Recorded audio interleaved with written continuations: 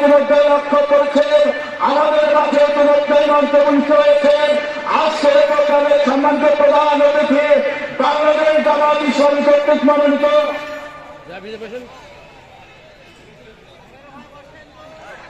সম্মানিত উপস্থিতি এবং আপনাদের সামনে সংক্ষিপ্ত বক্তব্য নিয়ে আসছেন আজকে প্রোগ্রামের বিশেষ মেহমান বাংলাদেশ জামাত ইসলামী রাজশাহী মহানগরীর সম্মানিত শূরা কর্মপরিষদ সদস্য প্রশিক্ষণ সেক্রেটারি জনাব হাফেজুজ্জামান ভাই।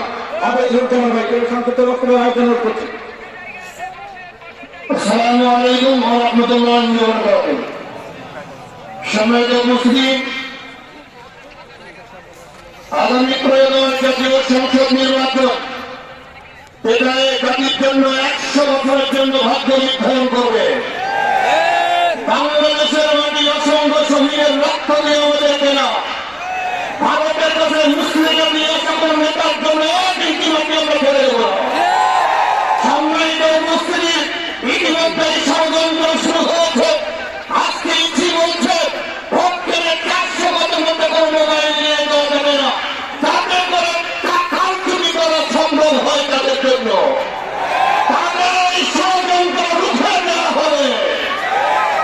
এই শহীদের রক্ত দিয়ে মাটি, এই মাটিতে আপনার ফেসিবল, আপনার শহীদের, আর ভারতের ধর্মকে মেনে নেওয়া হবে ইনশাআল্লাহ। আগামী ত্রয়োদশ জাতীয় সংসদ নির্বাচনে আমরা কাঁধে কাঁধ মিলিয়ে পায়ে পা মিলিয়ে আমল করা আমাদের বিজয় না হওয়া পর্যন্ত ঘরে ফিরে যাবো না ইনশাআল্লাহ। আসসালামু আলাইকুম ওয়া রাহমাতুল্লাহি ওয়া বারাকাতুহু।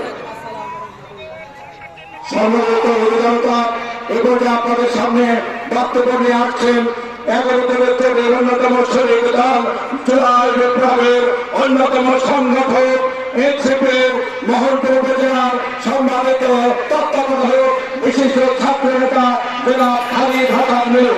জনাব খালিদ হাসান মিলুকে সংক্ষিপ্ত 2 মিনিট বক্তব্য রাখার জন্য বিশেষ অনুরোধ করছি। আল্লাহু আকবার, আল্লাহু আকবার, জিন্দাবাদ জিন্দাবাদ বাংলাদেশ জামাত ইসলামী। আসসালামু আলাইকুম। কেমন আছেন আপনারা সবাই? আমাদের সামনের লক্ষ্য কি? চাঁদাবাজের বিরুদ্ধে লড়াই। বাংলাদেশকে বাংলাদেশের জনগণের হাতে তুলে দেওয়া, ভূমি দখলদের বিরুদ্ধে আমাদের লড়াই যেমন বাংলাদেশ প্রতিষ্ঠা করা। আমাদের 11 জন প্রার্থী, আমাদের মন্ত্রী অধ্যাপক আবুল কালাম আজাদ স্যারকে আমাদের ধরতে ছুঁইতে কথা কইতে কেমন লাগে না। আমাদের কোন প্রার্থীকে কোন নেতাকে কোন কর্মীকে ধরতে ছুঁইতে কাউকে লাগে না। আমাদের এখানে কোন মেসি রোনাল্ডো নেই, কেউ নেই। এখানে যারা আছে তারা ইনসাফের বাংলাদেশ প্রতিষ্ঠা করার লক্ষ্যে আছে। সামনের সশস্ত্র আন্দোলন 12 তারিখের যে লড়াই, সেই লড়াইটা হচ্ছে ভবিষ্যৎ বাংলাদেশ কোন দিকে যাবে। চাঁদাবাজের পক্ষে তো কখনোই যাবে না, ভূমি দখলদারের পক্ষে তো কখনোই যাবে না। 5ই আগস্ট এই বাংলার জনগণ দেখে নিয়েছে, 5ই আগস্ট যে ভাঙচুর হত্যাকাণ্ড চেয়েছে বাংলার জনগণ দেখে নিয়েছে।